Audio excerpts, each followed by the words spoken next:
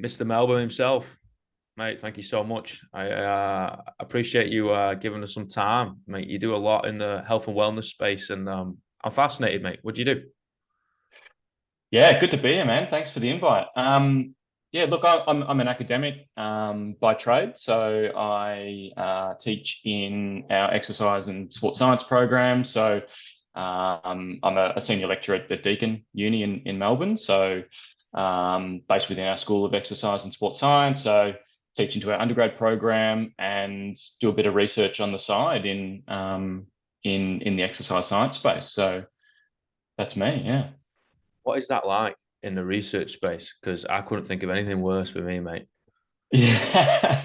Yeah, look, it's a different world, and that's why I love talking to people like you who work with real people in the real world. Because at the end of the day, what we try and do is do research that we think is making a difference in the real world. But I think a lot of the time we have trouble bridging that gap. So yeah, look, I do enjoy it. I enjoy the balance between you know teaching students and yeah doing research. I mean, it's great that you have flexibility to look at different answering different questions in research projects depending on what interests you, so you've Mm. got a little bit of flexibility there, as long as you can get the funding that you need to run your research, but you can kind of just yeah you can follow projects that you're interested in, and at the end of the day try and answer questions that you feel are hopefully going to have an impact in practice.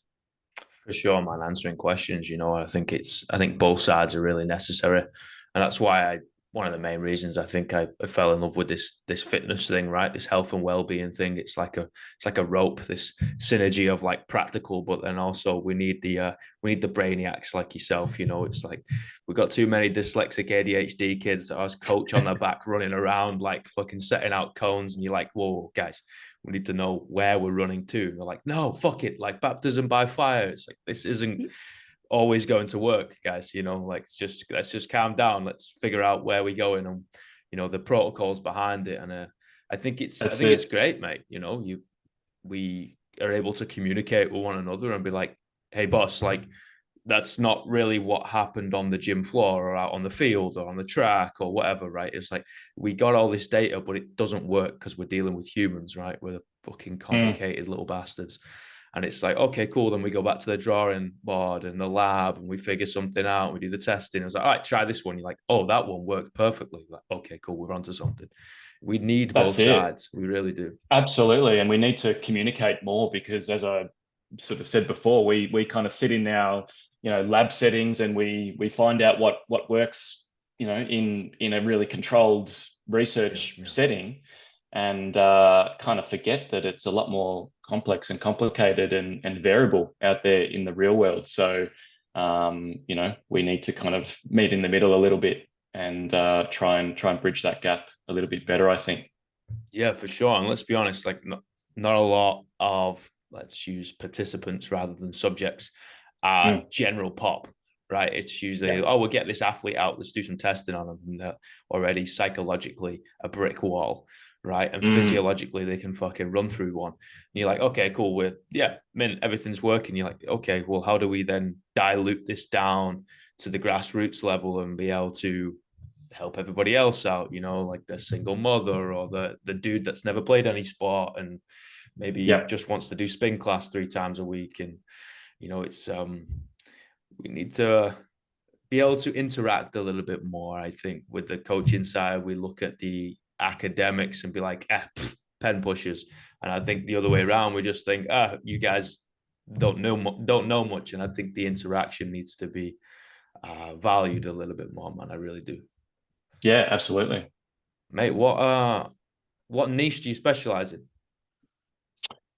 So my research focus is around exercise interventions, and specifically resistance training is my main focus. So I'm interested in resistance training and its benefits for improving strength, power, physical function. Early on, a lot of my research was a little bit more focused on looking at improving performance in more athletic populations. So my PhD work focused on concurrent training and trying to work out how we can kind of optimize the integration of, endurance or aerobic type training with your strength type work, and minimize any negative interactions that we might get when you're doing a lot of aerobic type work on top of your strength work.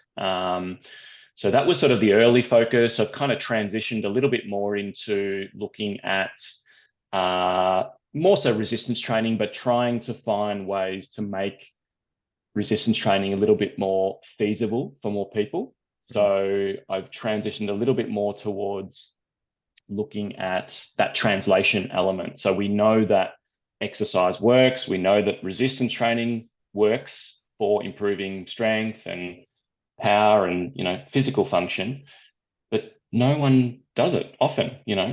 We have so few people that actually meet current exercise guidelines that we just need to find strategies to make training a little bit more achievable and practical for people. So that's really been my focus. So we've done a little bit more research in aging populations recently. So looking at older adults in particular, clearly they're losing a significant amount of their muscle mass and their ability to produce force and power, etc.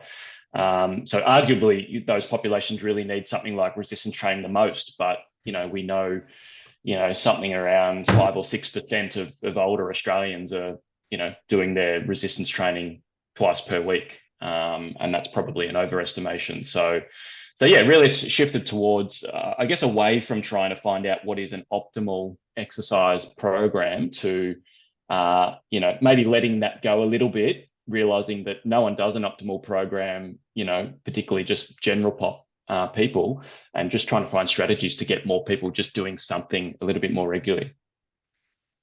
That's it, isn't it, man? And I think that part of the demographic of the aging population, right? I think it's fascinating. I think it plays hand in hand with, we lose it because we don't use it. That whole analogy of like, okay, well, how do we make fitness fun over 50?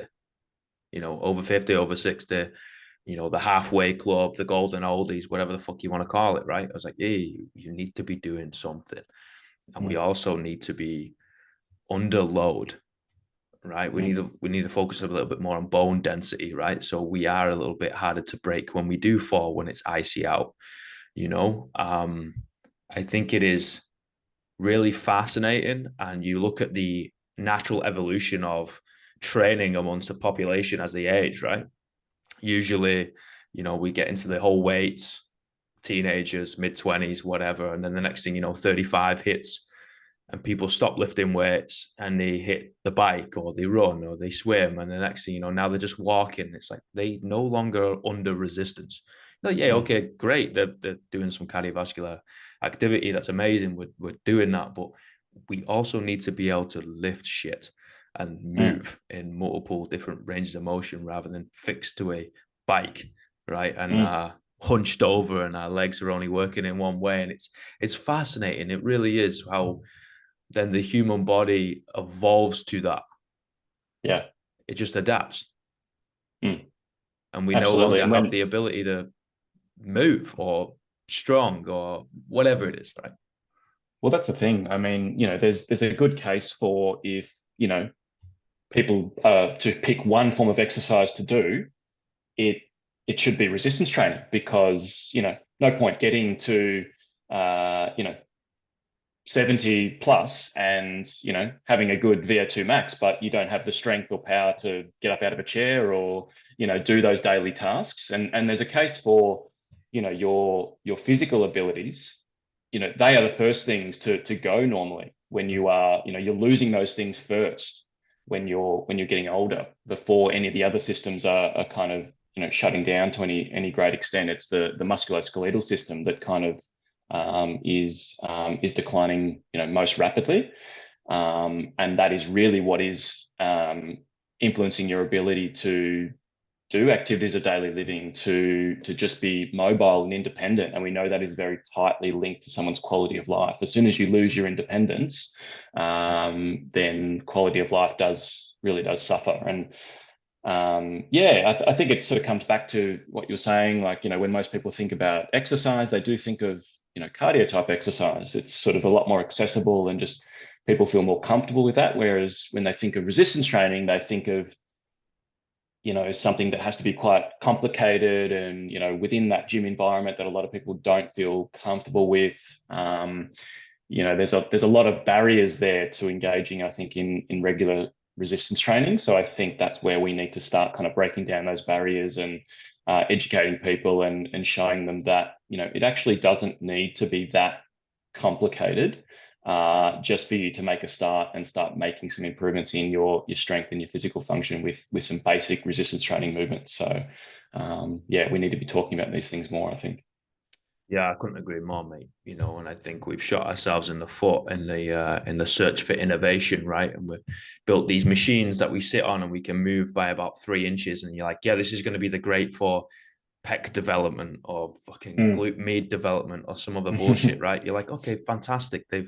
They have their place and time, but it's usually Mm. the minute portion of the time where it's like, well, where do we come from? Where's the barbells? Where's the kettlebells? Where's the running? Where's the gate vaulting? Where's Yeah. the moving a box and like odd object shit?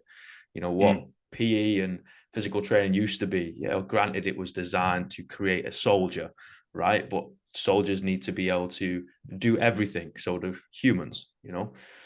Not just in war, we need to be able to do shit outside of the computer. And it's like, Mm. well, if you ask me personally from a ground floor level, how do we do that? I think we start teaching in skills, right? I think skills need to have a weight room and use, I don't want to use the term forced, but have strength and conditioning as part of the curriculum. So they learn how Mm. to SBD, squat, bench, deadlift. They learn how to Yeah. air squat, burpee, pull up, push up, those types of stuff, sit up, do a plank and stuff. And I think that will then translate on, right? Just build from the ground Absolutely. up. But what's Yeah. your We need to opinion, be right? building that foundation. 100%.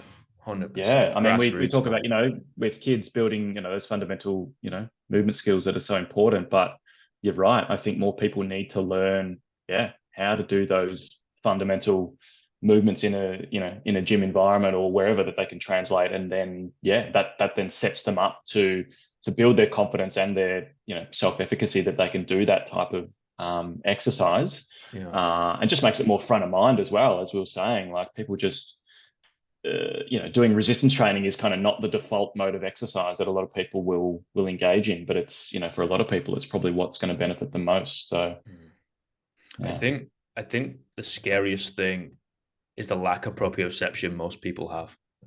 Mm. Mm. Like they don't know what the fuck their body is, never mind how it Yeah. moves. Yeah.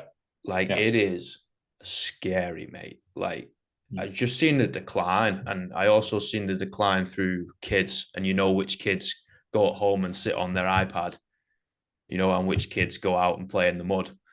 You can Mm. just see Mm. it. You're like, oh my God, you're 9 and you have these Mm. deficiencies. You're 17, you have these deficiencies. Never mind, you're 80, right? And you've never done anything for your entire life. It's like, whoa, how do we change this Mm. mindset? Because now it's in concrete now rather than sand. And Yep. it's fucking difficult. Like, how would Yeah. you go about Yeah. changing that? Yeah, it's a good question. I mean, it probably goes to some bigger issues with society. But as you say, like, we've got so many things pulling kids and other people away from those more physical activities that are just, would just be incidental movement that would be, done a lot more often during the day. That's just that play, Mm. as kids, and then even those who are a bit older than that, they just lose that ability just to refine and practice those physical skills, and instead, as you say, they're kind of locked away on their iPads or glued to the TV or whatever. So yeah, look, I don't know what the answer is, but yeah, I think we just need to keep talking about these things and just yeah, highlighting the issues that can happen when people just stop being active. So it's definitely something that we need to tackle head on and hopefully make some inroads in as we move forward. Yeah, for sure, man. And I think play has a negative connotation, right? People Mm. think about it as, oh, kids. It's like, yeah, but mm. we need to play too, man. You know, we need to have fun too. Yeah, We need to explore what the fuck we can do with our body, i.e., run, jump, throw, swim, lift, you know, yeah, like fuck, whatever it is, like yeah, mess around, figure out what this thing is. Like, I think a lot of us, you know, in the pursuit of growing up and maturing, we've just neglected so many things. And you know, okay, well, we've yeah, neglected it now. 20 years down the line, you no longer have the ability to do it. We no longer have the yeah, ability to hinge, you know, to mm, squat, just to do basic functions, you know, think yeah, outside the box. How many times do we, you know, relay a common narrative rather than like, what do I actually think? Like mm. we're not taught it. Yeah, Scary. absolutely. And I think you kind of mentioned something interesting there as well around, just that idea of enjoyment and how important that is as well. Like I think when you think about a lot of people think about exercise, they, just immediately conjures up negative images for a lot of people of, pain and suffering and discomfort and all these kind of things. But it doesn't have to be that way. And I think, yeah, we need to bring that enjoyment back and start maybe increasing our focus a little bit on finding out how to make exercise a little bit more fun and enjoyable for people. It doesn't always have to be like that, but I think certainly for a lot of people, just to get them doing something, we need to have more of a focus on things like enjoyment, on whether people find exercise pleasurable. Like that's something that I never thought about that during my undergrad or early sort of I did a little bit of work as a strength conditioning coach, and that was never front of mind. It was always about how do we optimize our training for long-term outcomes, but you kind of forget that you sort of take this kind of neck down approach and forget that actually this is a behavior that people need Yeah. to do, and it's a complex behavior, and people don't like doing things they don't enjoy. To state the obvious, like it is so obvious when you say it, but yet we spend so little time focusing on that as I think as exercise people. And there are practical ways to make exercise a little bit more pleasurable so people actually experience pleasure during exercise. They remember it as being more pleasurable, so they're more likely to do it again. So I think we need to get a little bit more inventive around kind of meeting the middle between, all right, what do we know, what sort of exercise is going to be effective for the goal that we're shooting for, but how do we blend in that little bit of fun and enjoyment so that it keeps people coming back. Because I think that's the other big realization I've had as well recently is that I've spent so much of my career just trying to think about how do we kind of get the most bang out for our buck out of our exercise programs, and how do we tweak them so that they're optimal in the long term. But it's like it all means nothing if no one can stick to the program. Mm-hmm. It's that consistency is needs to be there. That's the only absolute is people need to be able to do you know their program regularly. And if they can't, then it's all for nothing, virtually. So I think, yeah, we need to focus a lot more on things that just keep people coming back, able to string those training sessions together. And if we can do that, we're going to get those long-term outcomes anyway, down the line. So, That's the secret sauce, right? Consistency. You know, like absolutely. it's the Yeah. age-old thing. What's the best program in the world, coach? The one that you're gonna stick to. You Mm, know, that's yeah. literally it, man. Like I would rather you Yeah.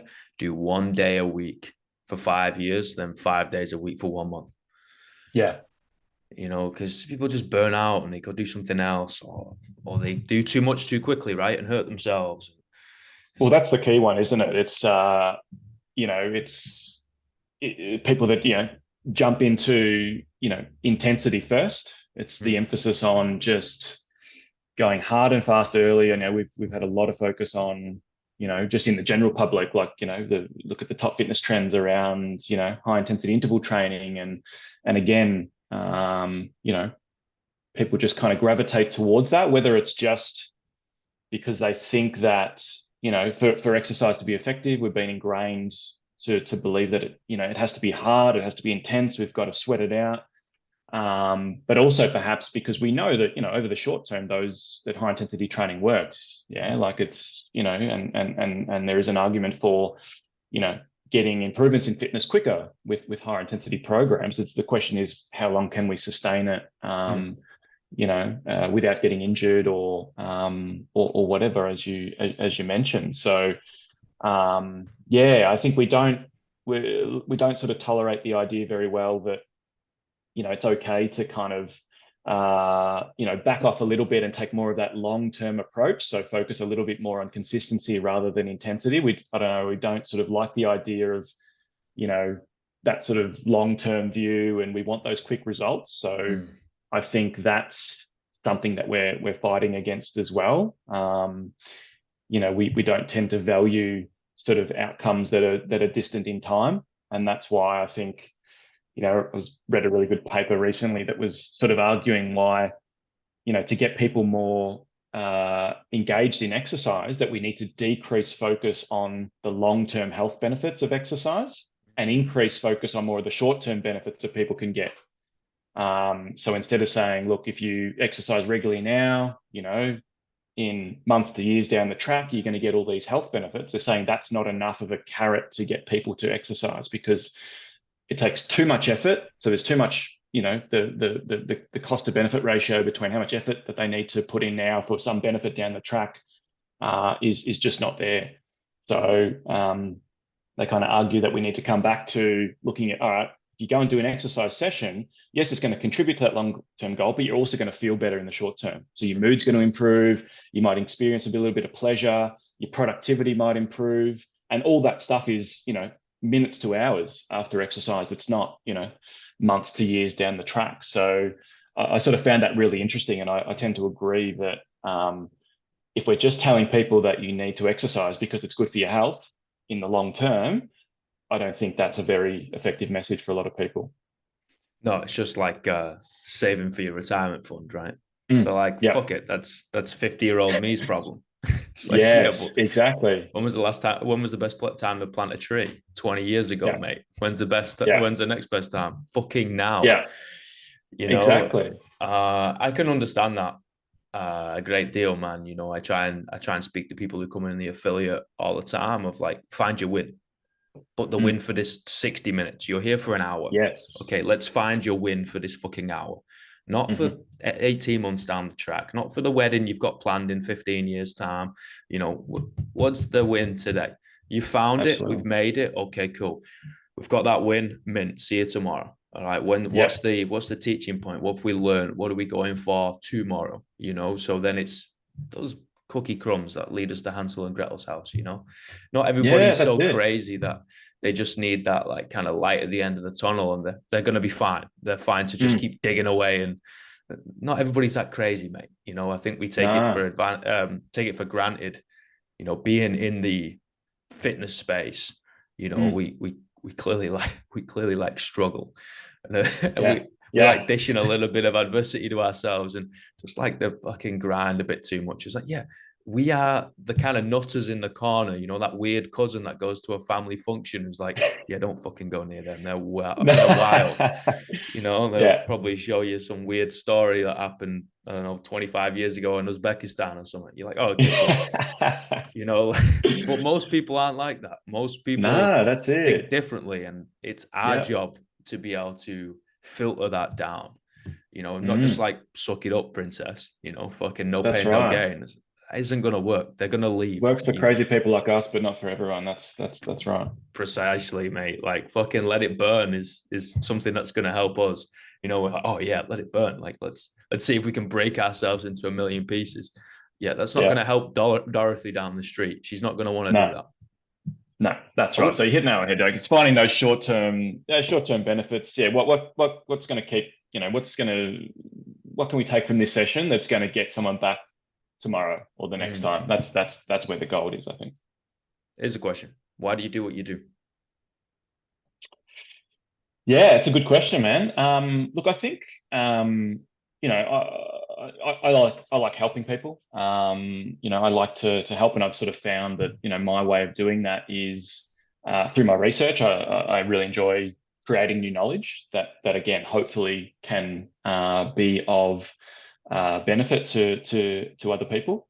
So that's one aspect. I love being able to chase the unknown, answer questions that, no one's looked at before, or just increase the clarity on a certain question or problem through my research. And then I guess the other part is then just sort of disseminating or distributing that to others. So through my teaching, I get a real kick out of teaching our undergrad students even those fundamental principles of exercise science that I think are so critical, that we need to teach really well for them to go on and apply those principles in whatever career path they choose to go on. So, but I think another big passion of mine of late has been trying to translate the messages that we do in research more to the public domain.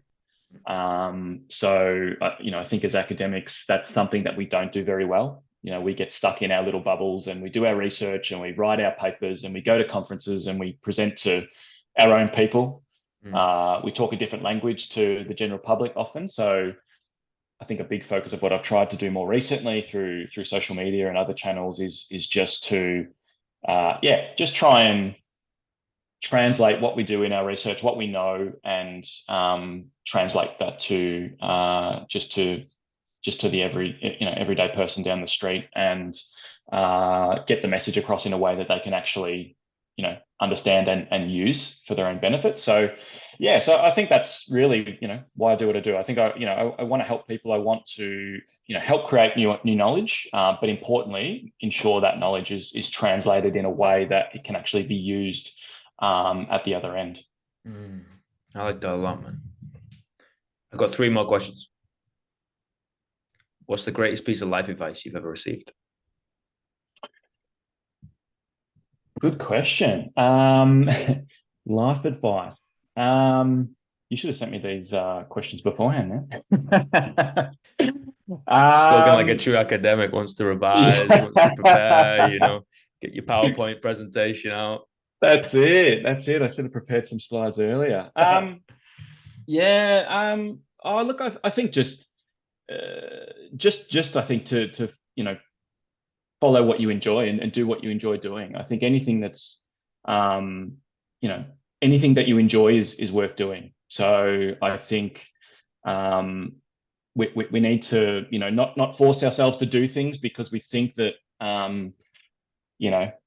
other people expect us to do it, or if we don't, other people are going to be disappointed. We need to be doing things that are meaningful for us. So I think that's some really good advice. It's focusing on our values and things that we really value, and ensuring that our day-to-day things that we do are really aligned with those values and not anyone else's. So I think that's some really good advice. It's follow your own dreams and things that you enjoy, rather than what you think other people expect of you.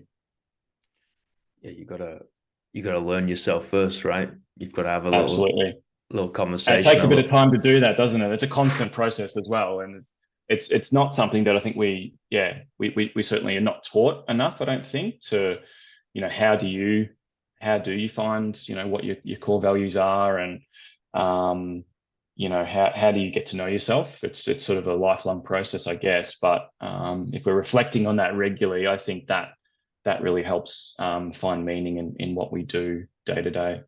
Agreed, man. Agreed. What's the worst piece of life advice you've ever received? Oh, look, I think it's probably the opposite to that. It's probably life advice where people might try and push you into doing things that are all about having the job that gets you the most money, or the most status, or things like that. So I guess chasing sort of outcomes over process. I think that's something that is not a great thing for finding fulfillment and happiness. So I'd have to say it's probably doing things because we think that we're going to earn more money, or just be have a title that we think that other people are going to respect us more for having. I think that's really bad advice. So I'd have to say that.